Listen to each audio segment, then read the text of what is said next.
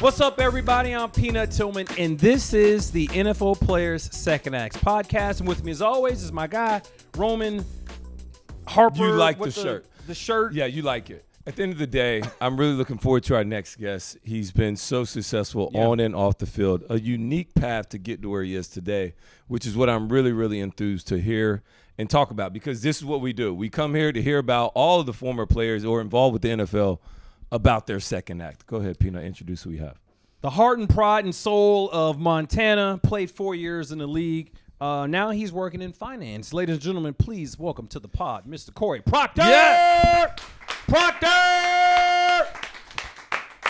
Come on, man. That's a good intro. I like that. Yeah. This is good. Well, Procter reminds me of, I'm a fan of like the 80s movies, the old school.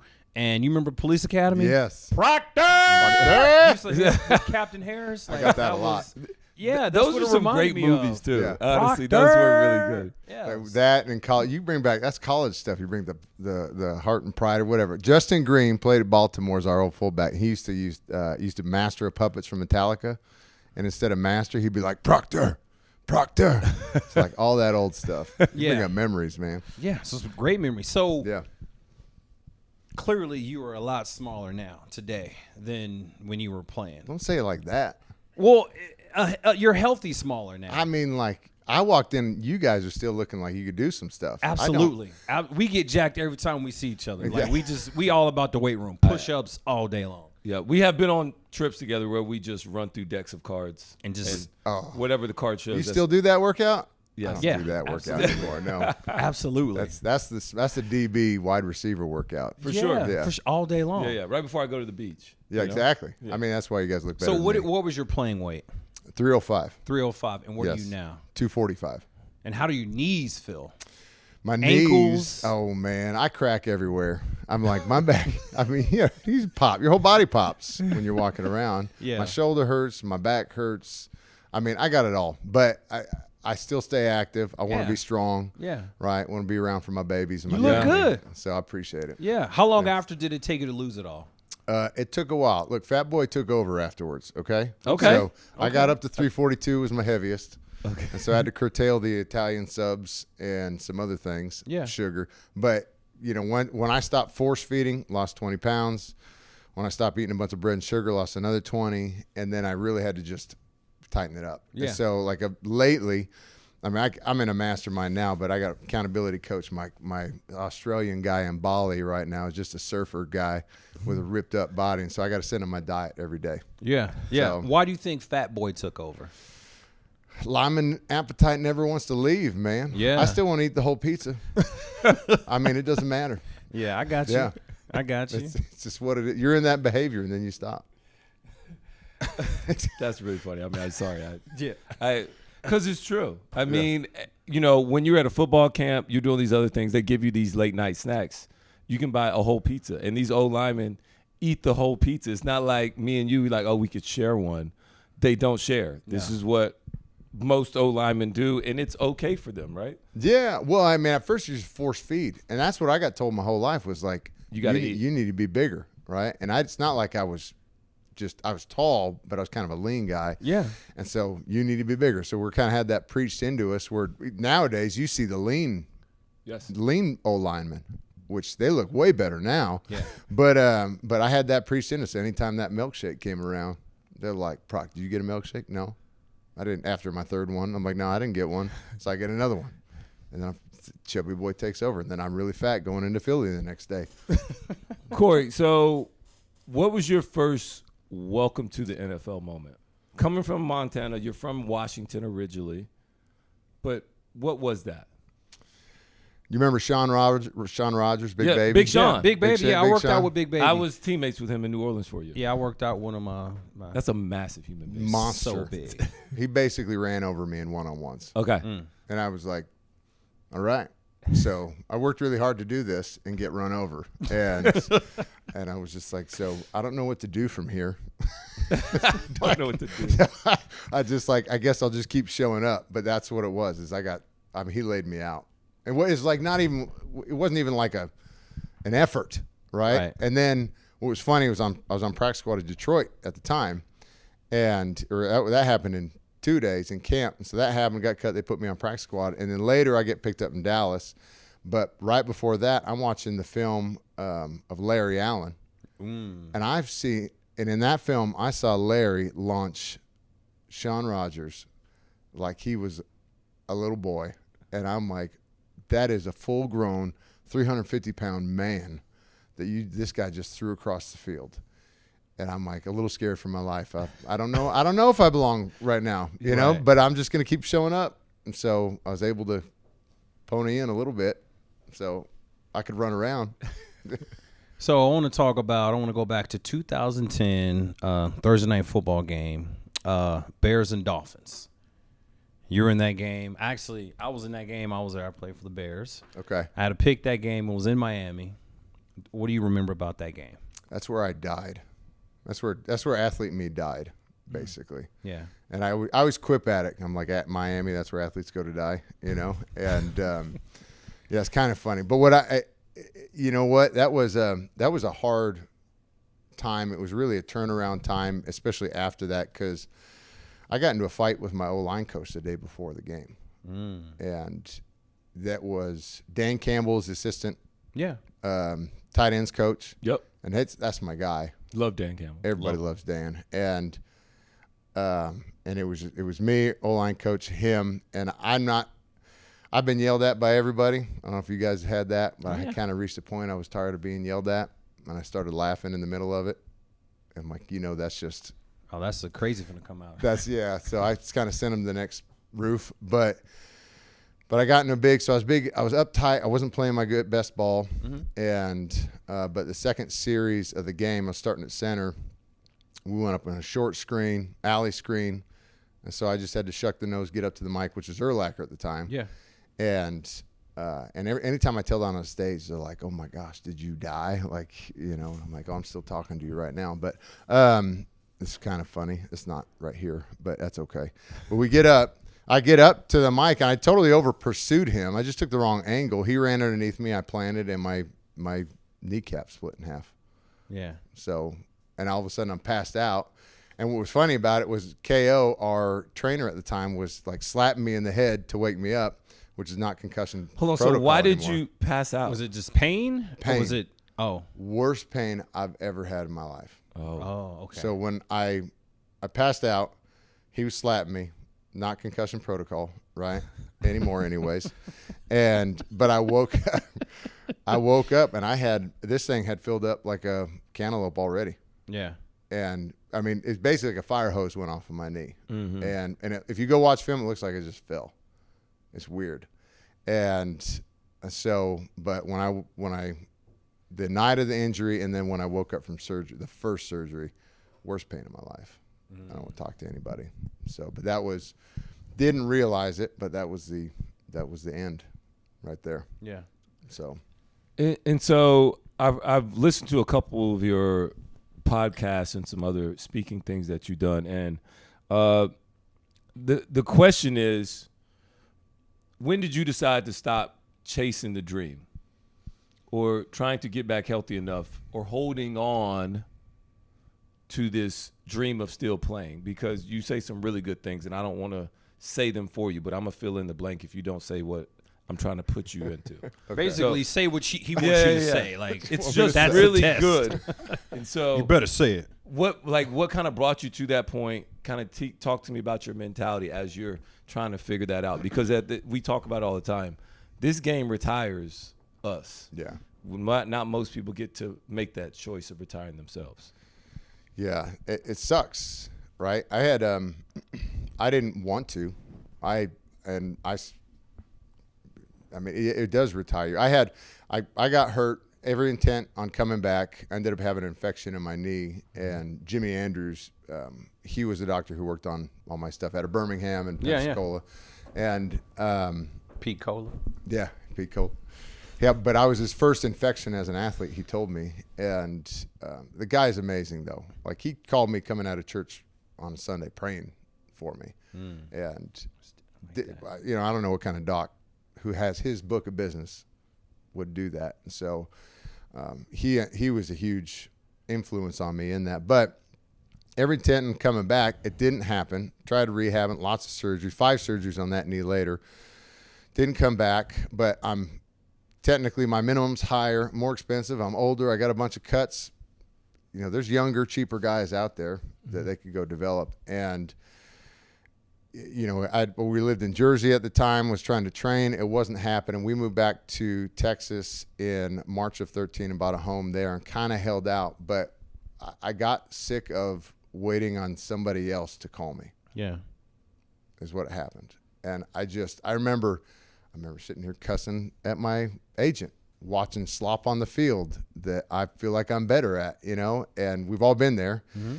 And I just got to this point where I was so sick of waiting for a coach to call or an agent or a scout or somebody else to call me to come in that I remember looking at Megan, my wife, and I was like, babe, we got to start making choices for ourselves. And so we moved to Texas, finished my degree, and I ended up going to New Orleans for their rookie minicamp when that CBA allowed for veterans to go. Mm-hmm. So I did that, and it was cool because I had a good, even though it was no pads, I had a good camp, and I was just honestly I released a lot where I'm like, I'm not going to be so tight and tense, and I'm just going to go play, and I'm going to be cool with the coaches, say thank you for the opportunity. And Sean Payton was still there, and he was great because all the coaches, including him, were like, you're exactly what we're looking for, but we're going to look at these young guys. Mm-hmm. And super gracious. And so I kind of had this closure in my head from that. Now, I'll tell you a bigger picture that came from that was I had more of a revelation later, a lot from my faith was, you know, I got into that fight with my coach. There was a couple things. Got in that fight with my coach, and I was complaining about that to somebody else, to another buddy.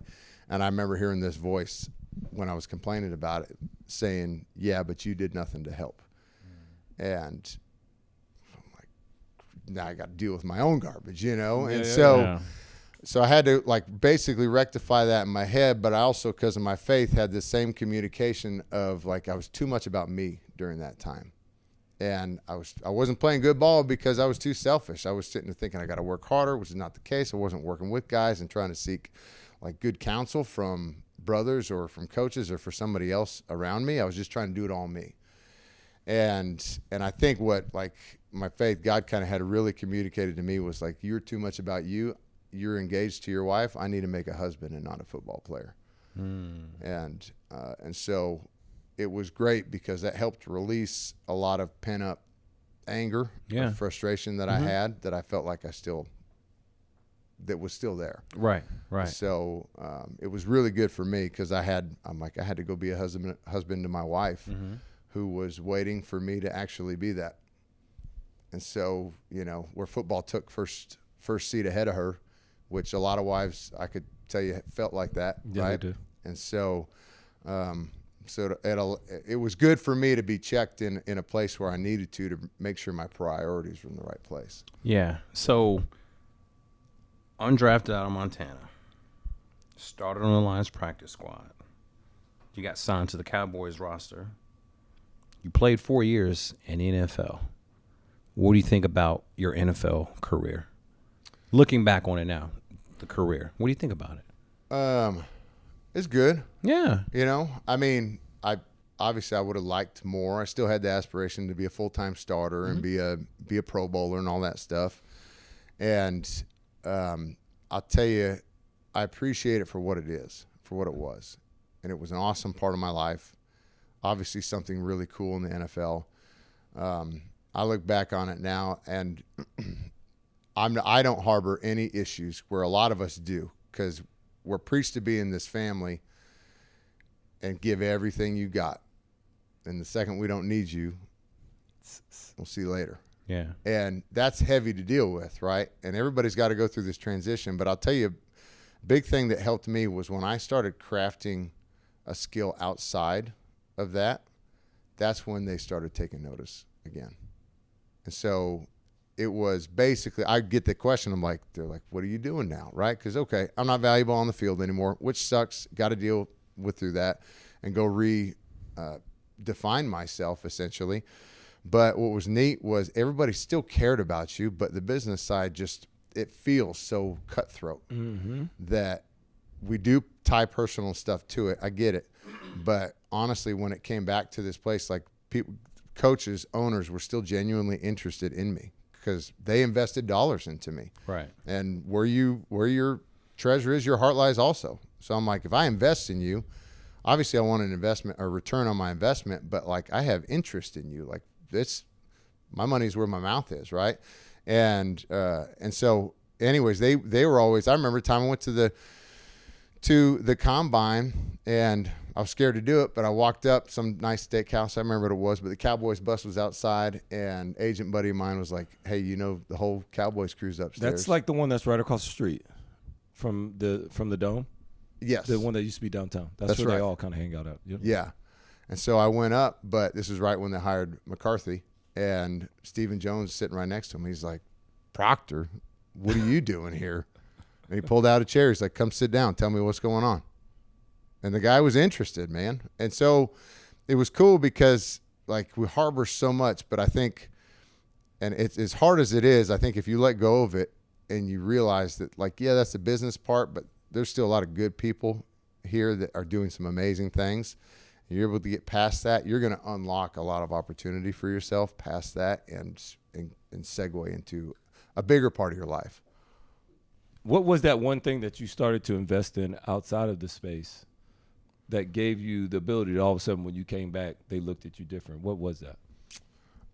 Well, so I think a big part of it was my faith. Okay. So that part. Yeah. That part of you. That was the biggest part. Yes. Yeah.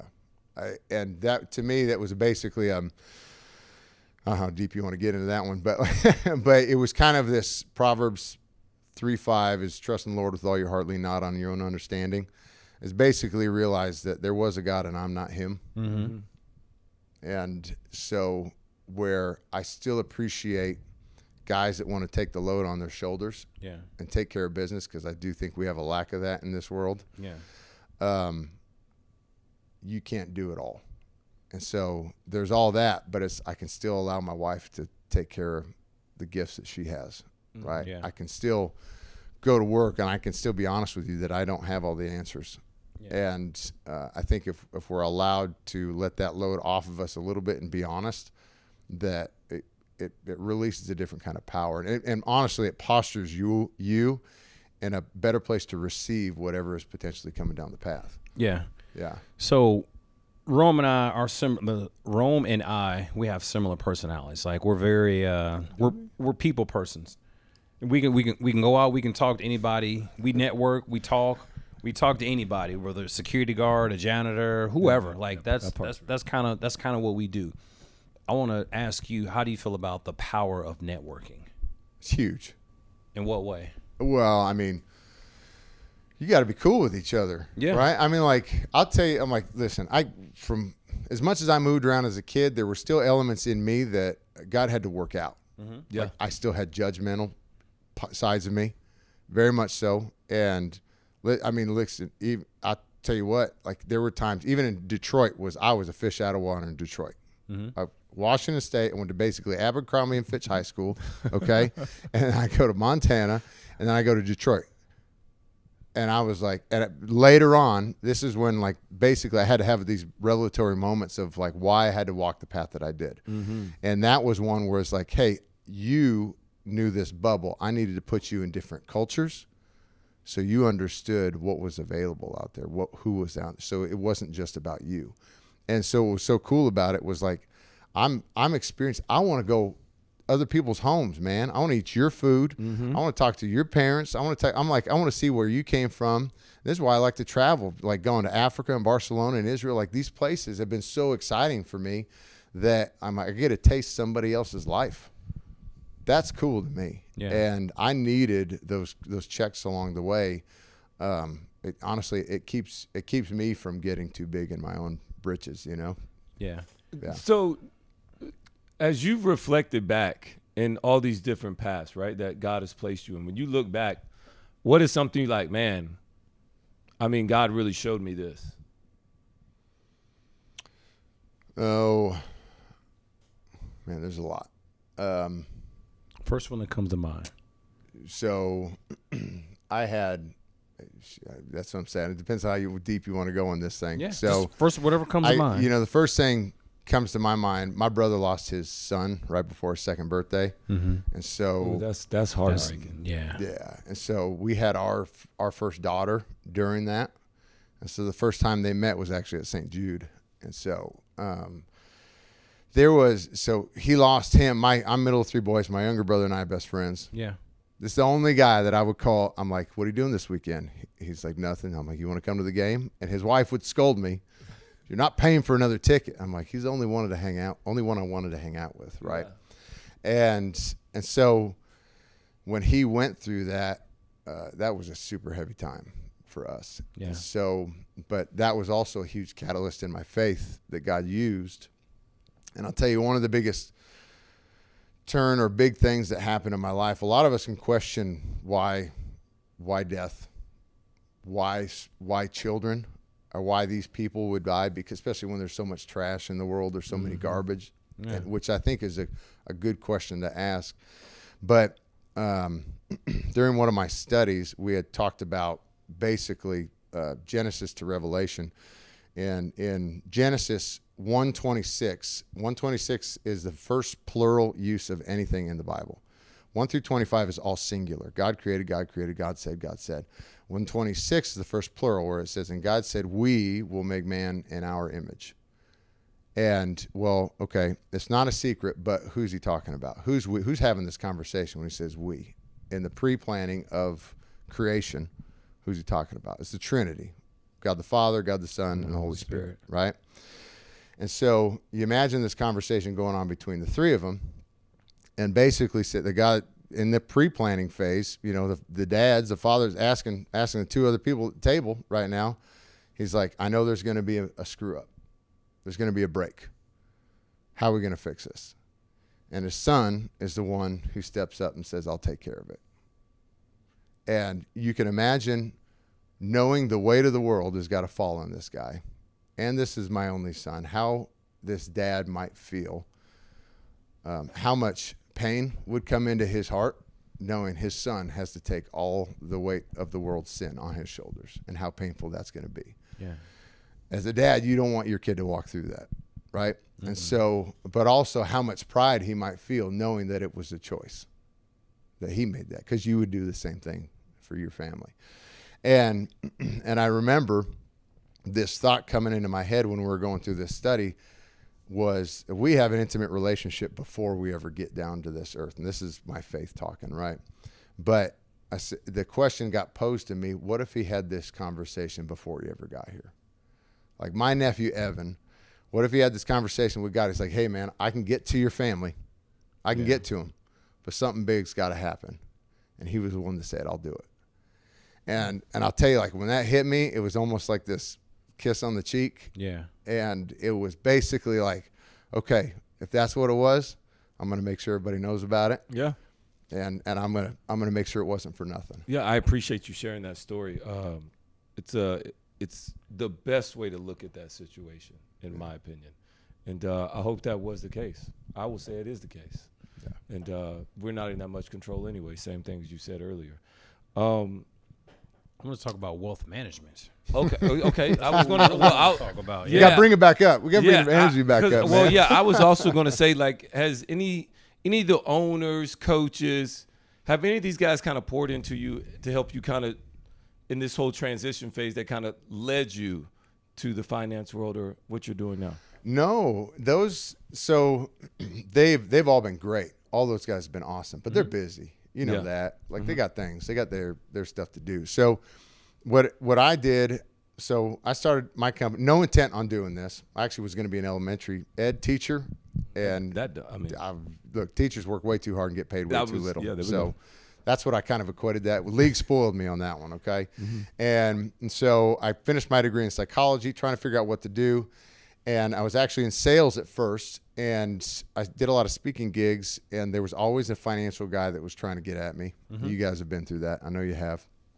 And but I finally started having to ask the question, why is this a repetitive deal? And so really what came from it was I realized my past and why I behaved the way I did with my own money. And what happened was I was in a car wreck junior year of high school and rear-ended a lady. She filed suit. A year later, my mom and my stepdad filed for bankruptcy, lost the house and the vehicles.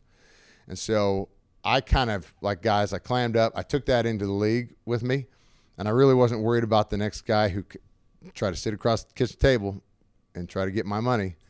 And You're like this. deep pocket, short arms, 100%, Yeah. right? Yeah. And but Marco Rivera hooked me up with a lady.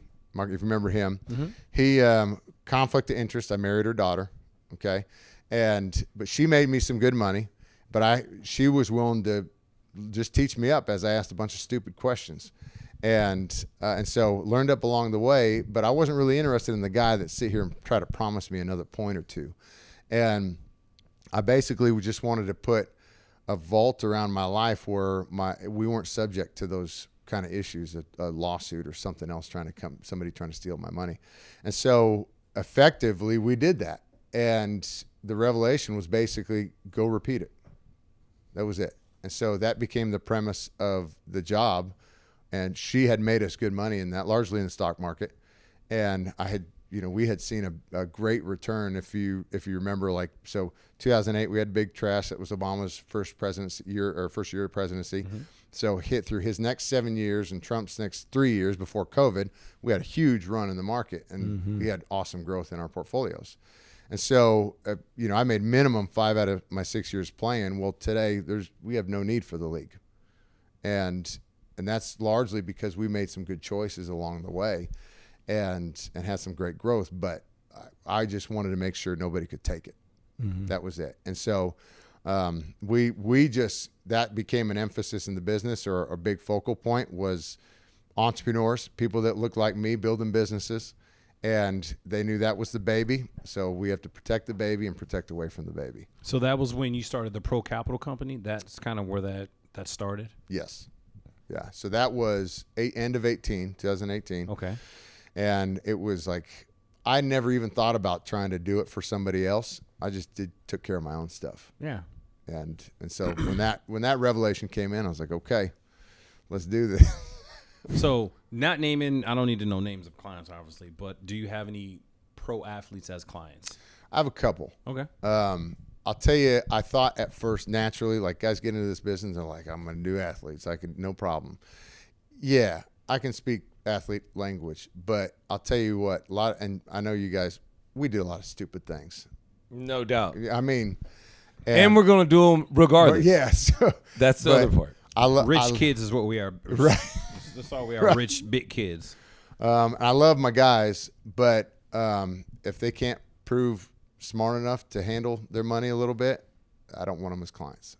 And so we had some issues with some guys that, we do background checks.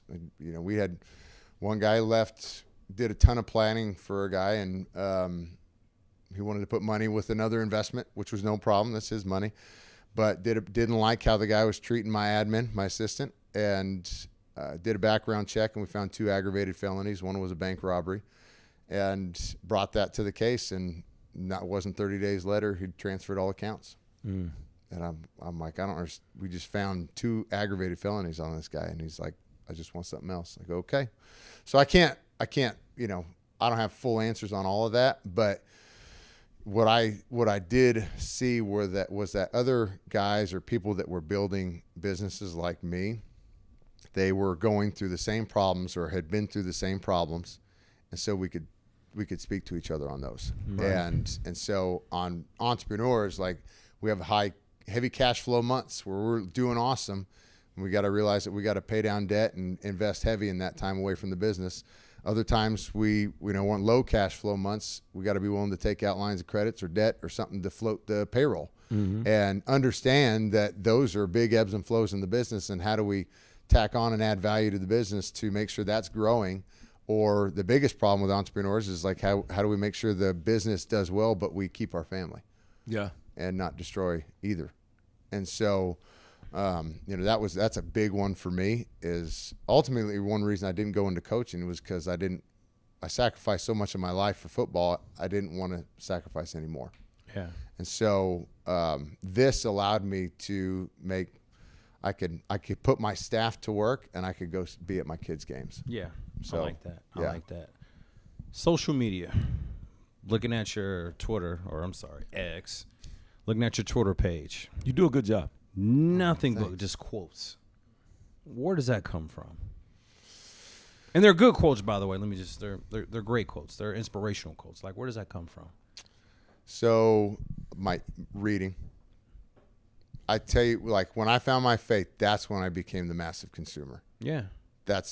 Man, a fire got turned on and I became insatiable all of a sudden.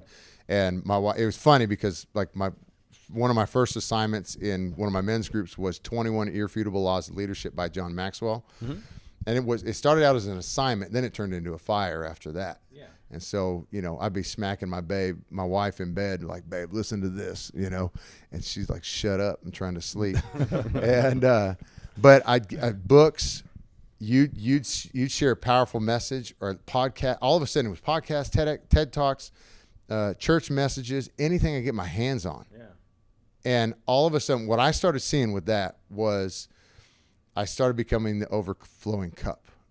Was you can't give from an empty cup, right? Like if you got nothing in you, can't pour out. You got nothing, right? And so basically, I had to eat and consume so much where I had that overflowing cup, where I had a ton of information or powerful pieces in me to deliver back.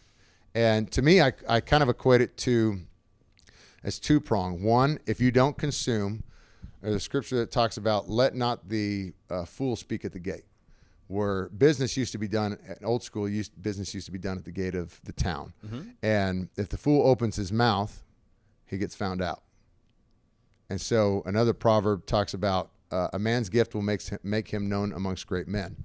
So basically, if we're sitting at the table, we're all having this talk, and you've consumed or if you've crafted your skill or your gift or up enough, and I ask you a question, you could respond with something really good.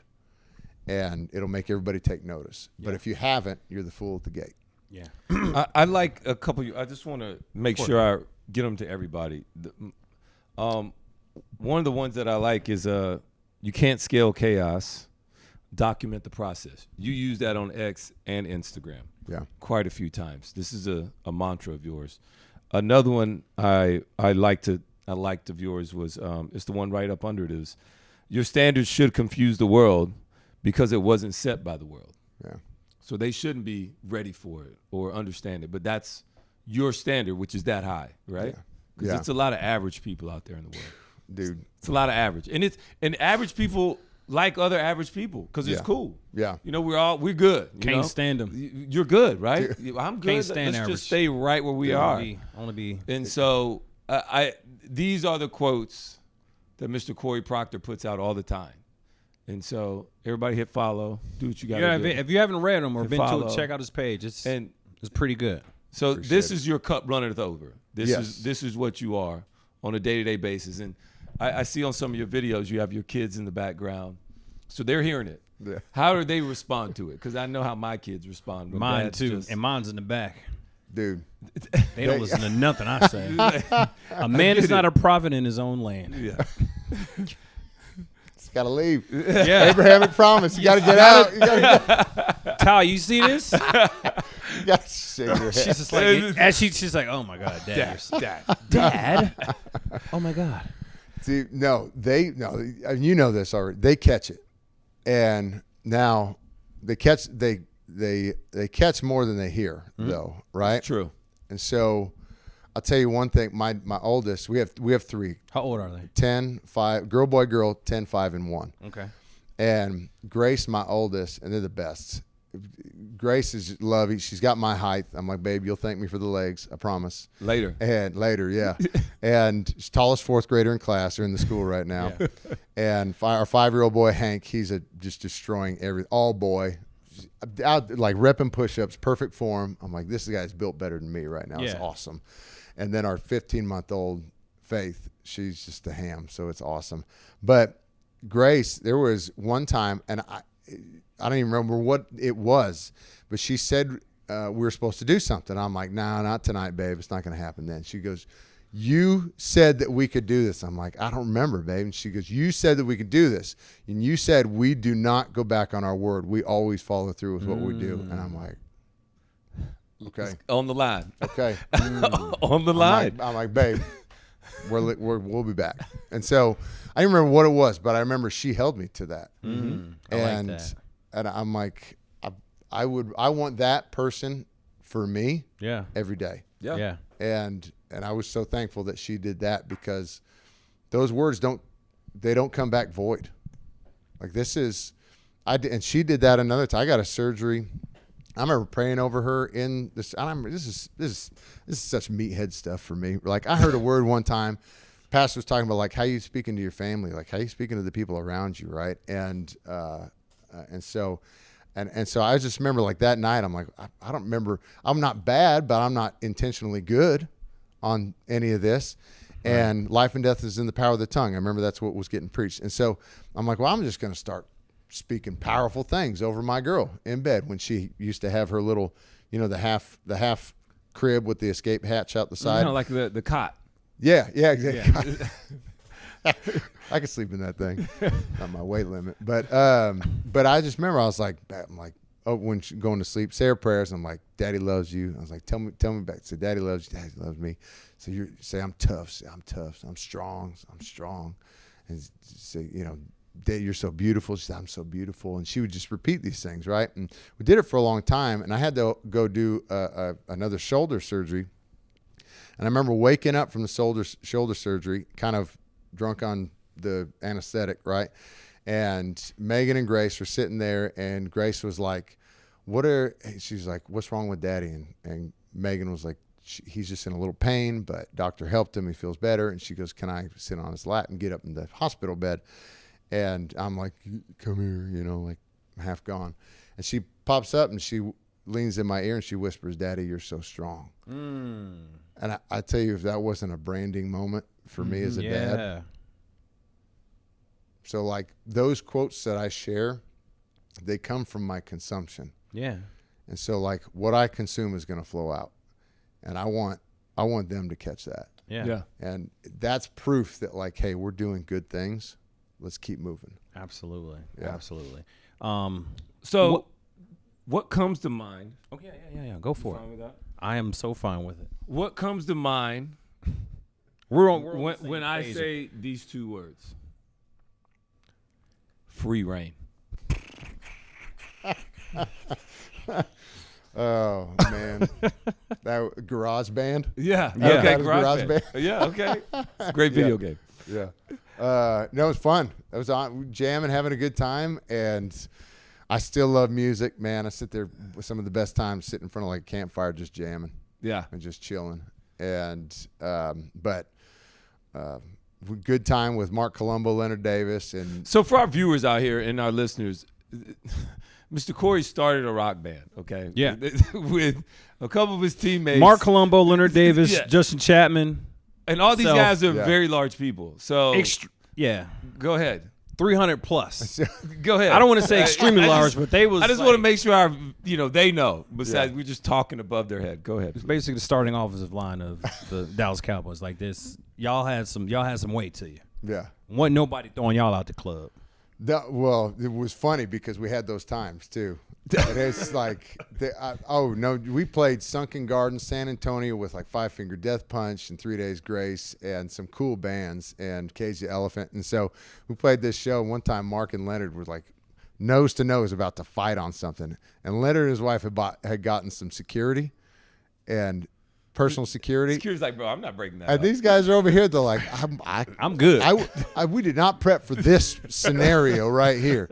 And I came in and I see them nose to nose, like trying to throw down on something. And I just jump in the middle of them. I'm smaller than both of them, but I just jump in the middle. I'm like, what's wrong with you idiots right now? And they broke off. They were fine. But it was like, it was just funny because we had a blast. And yeah, it was Garage Band and we did the album and we got to travel, do some really cool stuff. Yeah.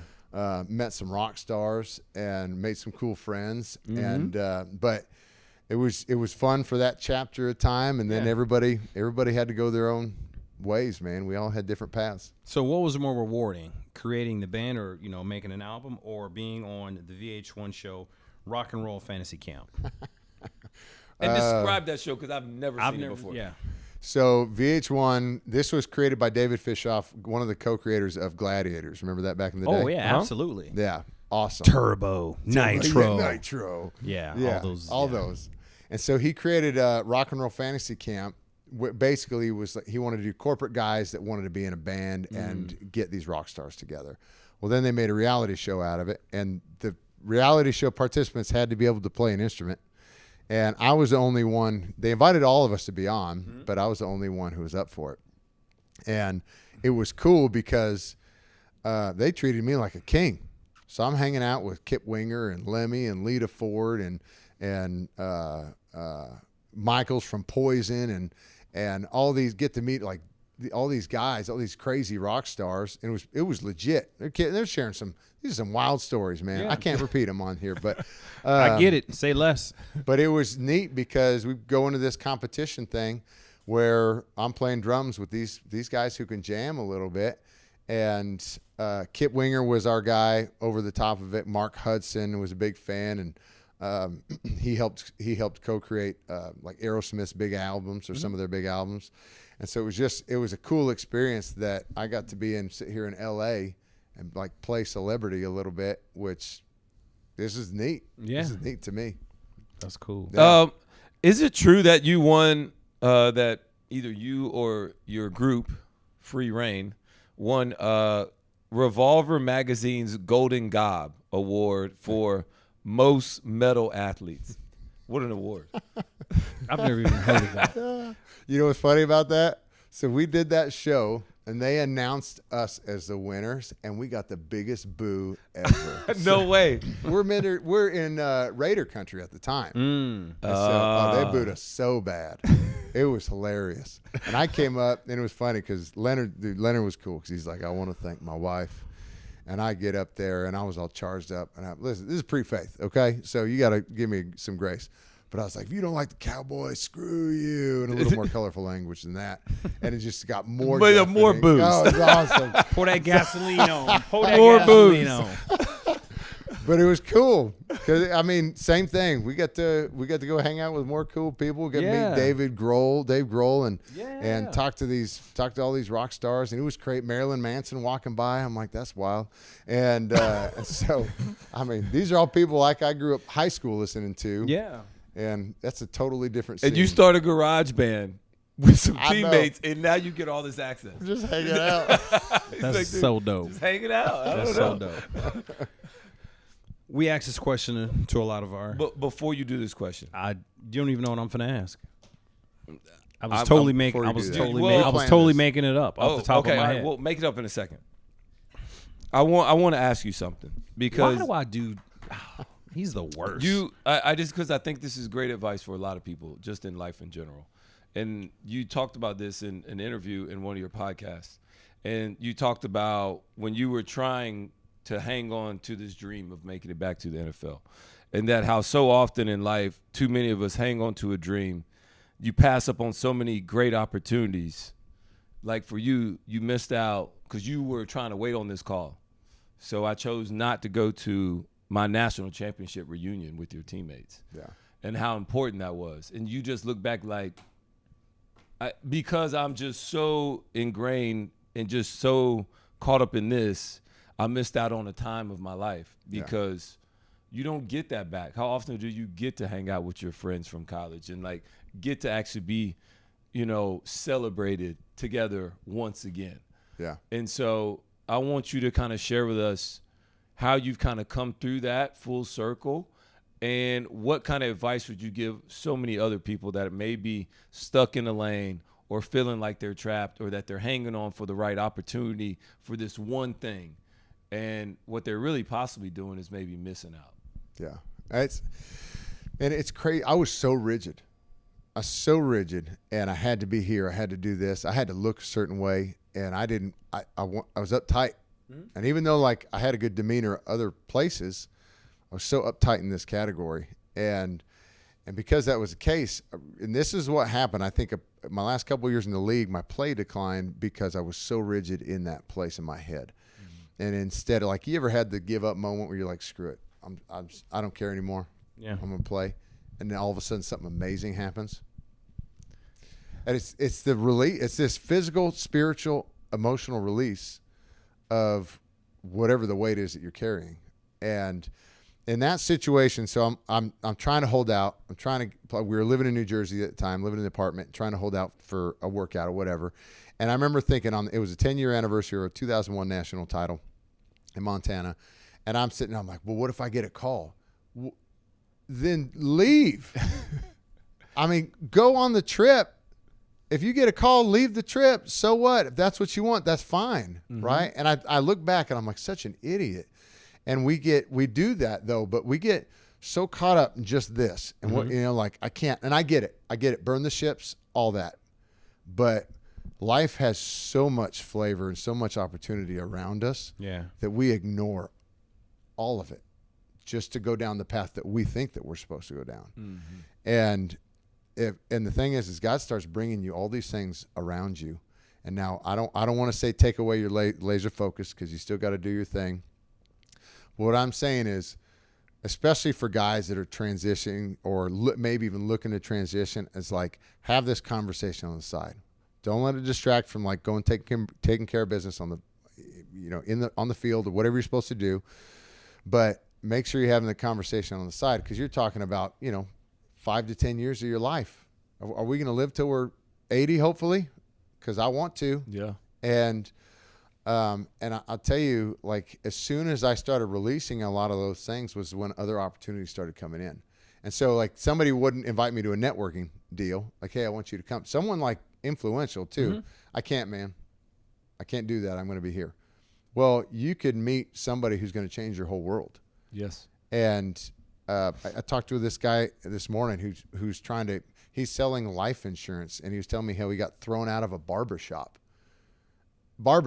He was trying to help them set up their benefits for their company. And he goes, man, I walked in 2 days later. The guy kicked me out. it was embarrassing. I got kicked out. I walked in 2 days later because I felt like I just needed to come back and talk to him. And he's like, legit, it feels demeaning almost, but he was like, I know, I see you. Sit down. I'll talk to you in a minute.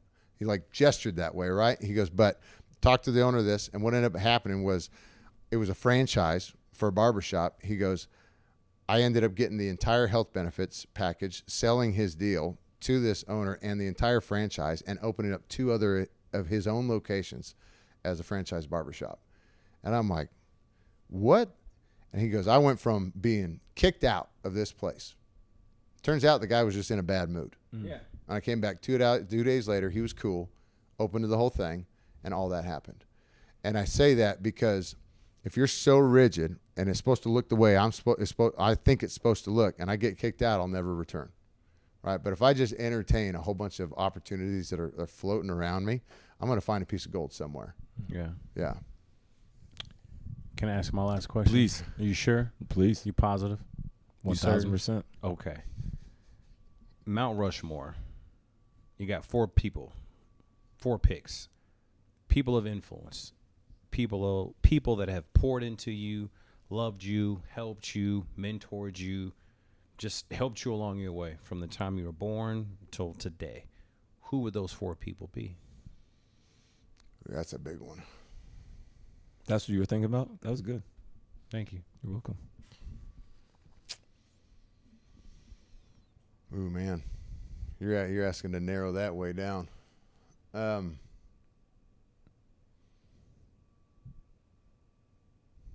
We know it's going to be people that are left off, but that's the purpose. That's the point. You really got to get 4 good ones. I'll tell you,